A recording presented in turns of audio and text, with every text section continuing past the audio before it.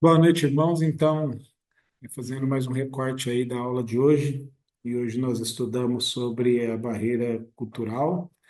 Ontem, no finalzinho, a gente apenas introduziu que as barreiras elas são reais no Ministério Transcultural, né? Já que temos visto aí sobre missões transculturais, nós falamos um pouco sobre elas, né? Então, a barreira cultural é uma delas.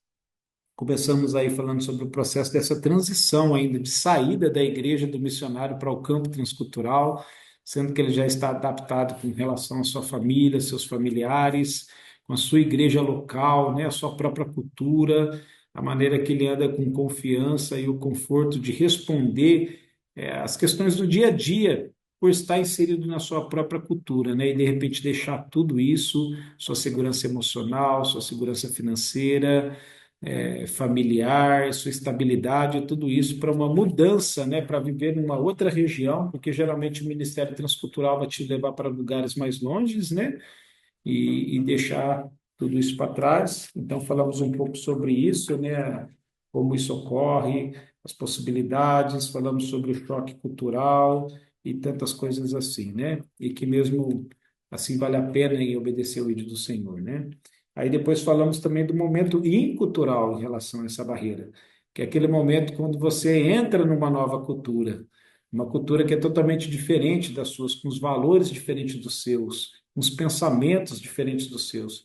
Às vezes você pode até se confundir, né? De repente você está no meio de um povo que se veste como você, de repente tem um pouco do bilinguismo ali, você fala, ele até entende meu português, eu consigo comunicar bem, mas conforme os dias vão passando, você vai vendo que tudo é diferente. A alimentação é diferente, o clima é diferente, os valores daquelas pessoas são diferentes, né? A maneira que eles vivem, e logo você vai caindo nessa realidade, né? De que você está num lugar onde que você é o estrangeiro e que tudo isso daí pode ser uma barreira grande para você lidar, né? A questão emocional, você achar que você nunca vai se adaptar àquela vida, o fato de você ter algumas dificuldades de lidar naquela nova cultura, isso faz com que o povo, às vezes, exclui você um pouco de um relacionamento junto com aquela sociedade. Isso daí traz um certo desânimo para as pessoas, para alguns missionários, né? Causa o choque cultural que a gente vê aí, que é muito comum, né? Então, trabalhamos um pouco disso. Falamos também sobre o nível de imersão transcultural, né? Que as forças missionárias aí estão mais voltadas, e isso daí é base de pesquisa, né? Que 70% dos missionários eles são enviados para trabalhar num trabalho transcultural mais urbano, né? Dentro de países com similaridade linguística e histórica, né? E apenas 28% desses missionários são enviados para trabalhar em outras culturas, culturas com sem similaridade linguística, sem similaridade histórica ou cultural, né? Então tá aí, por exemplo, os povos tribais no Brasil ou outros países, né? E apenas 1% da força missionária é dedicada para os povos que também sem similaridade linguística, cultural ou histórica, mas que vivem realmente no isolamento, sem nenhum contato com nenhuma outra cultura e muito menos com o Evangelho de Cristo, né? Então, isso daí foi para desafiar o nosso coração e mostrar que é uma realidade ainda, de uma barreira que precisa ser vencida para que o Evangelho possa ser pregado também para esses povos, né? E falamos sobre choque cultural, a etapa daquele choque com aquilo que é incomum, né, na chegada do missionário em uma aldeia, mas também falamos sobre o choque com a cosmovisão daquele povo, a maneira que eles enxergam o mundo, que é tão diferente da nossa visão em relação à nossa cultura, e principalmente agora como cristãos, né? Então, isso daí pode trazer um choque quando a gente é confrontado com a realidade deles, né? E trabalhamos um pouco, vimos um estudo de caso aqui também, de um casal também que foi trabalhar numa região onde que tudo ali era diferente, até a maneira que eles viam o tempo, a maneira que eles olhavam a localização, por exemplo, esses missionários, eles não conseguiam ver os missionários como pessoas, gente, porque no mundo conhecido desse povo havia apenas três comunidades, e quando eles viram que não era nenhuma das três comunidades, só existia uma categoria para eles, que eles eram espíritos, fantasmas, né? Então, por 5 anos, Esse aí foi o choque que aquela família missionária enfrentou, ser vista pelo povo como fantasmas, como espíritos, né?